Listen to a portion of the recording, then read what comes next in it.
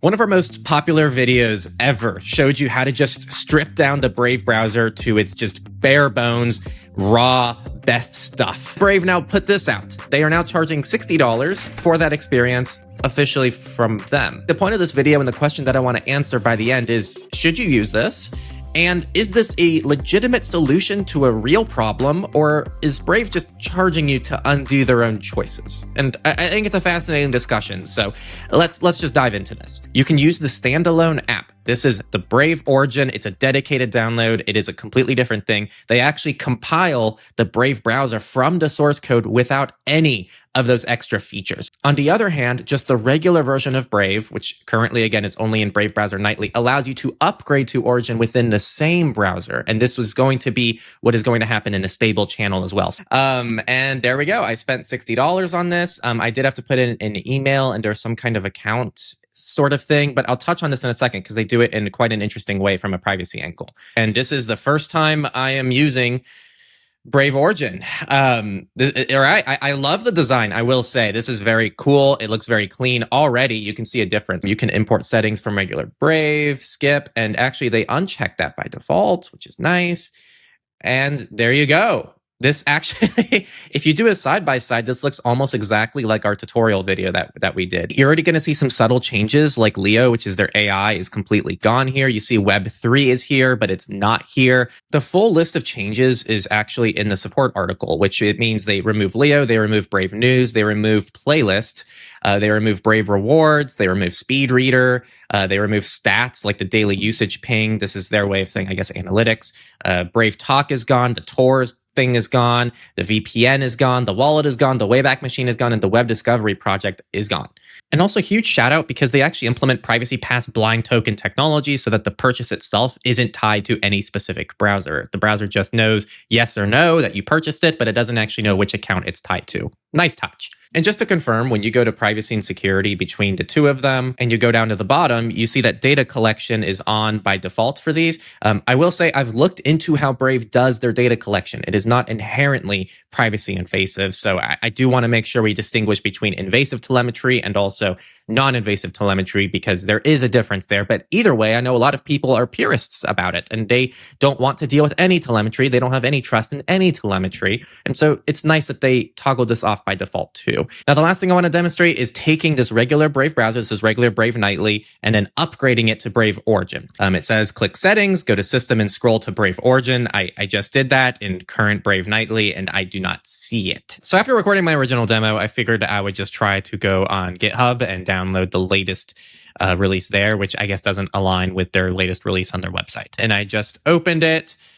Now, Origin, boom. Okay, we got it, people. There's some activation process that I did off camera where I was able to log into the account and I just clicked like activate Origin, and it still must have done something behind the scenes in the browser, because now when I updated the browser, it automatically had it here. So now we can see, oh, I can enable the speed reader, which is actually a feature I enjoy. And I would probably personally enable Tor Windows and then the Wayback Machine. All right, so now I want to share with you my thoughts and who I think this is for, who it isn't for, how I recommend you actually use this day to day if you choose to use it. Obviously, if you're using Firefox and you're like watching this video, I guess welcome. The first problem I want to talk about is the what if I like one thing problem. Because if you use the standalone app, right, the regular Brave Origin that's compiled for you, those features are completely gone. They are compiled out of it, and you are not getting them back. Versus if you upgrade to Brave Origin inside of regular Brave, they are toggled off, but still accessible in the settings panel if you like one or two of the features. So my real question for you all, do you use anything on this list? I want you to be honest with yourself here, because in some ways, Brave is playing a very interesting card because they're giving people that de-bloated experience they've been begging.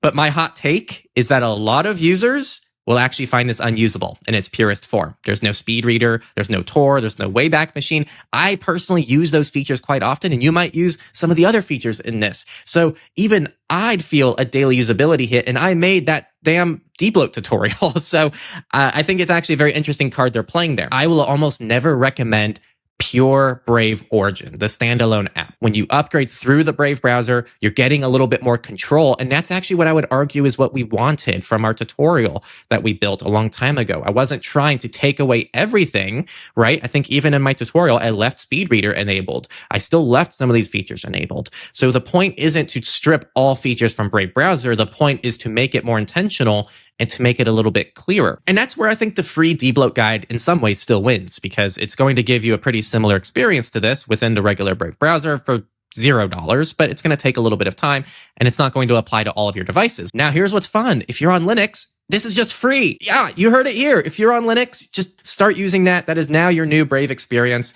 Or you can still hopefully upgrade on Linux to Brave Origin within your regular Brave browser. That is huge. That is very exciting. One more reason to get away from Windows. I think that if you're a very not technical user, or you know someone in your life that isn't a technical user and they're not going to follow a debloat guide, but you still want them to get overall the experience and the privacy and security that comes along with using Brave, this could be a good option for them, genuinely. I don't know of many other browsers that would fill up that role. A really common thing that's happened to me in my life is I try to get people off of Chrome.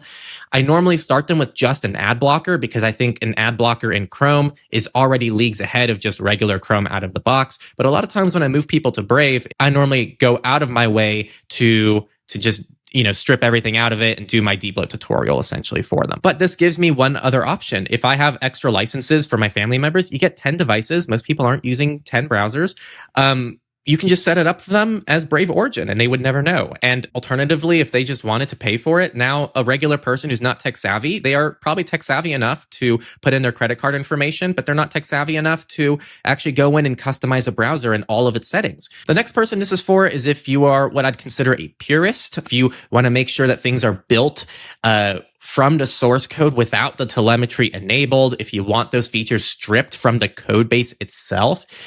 You're not going to be able to easily recreate that via just settings toggles like we did in our tutorial. Every browser has to make money. Chrome does it through your data. AI browsers do it through data. Safari does it through hardware because you're purchasing hardware from Apple, and that's mainly their business model. Firefox survives largely because of Google's search deal. And Brave is kind of one of the few browsers that's really tried to develop its own business model besides just their search deals. Browsers used to be a paid thing. This didn't used to be a free thing, but that free thing that we are now expecting from browsers is why we are also unhappy with them.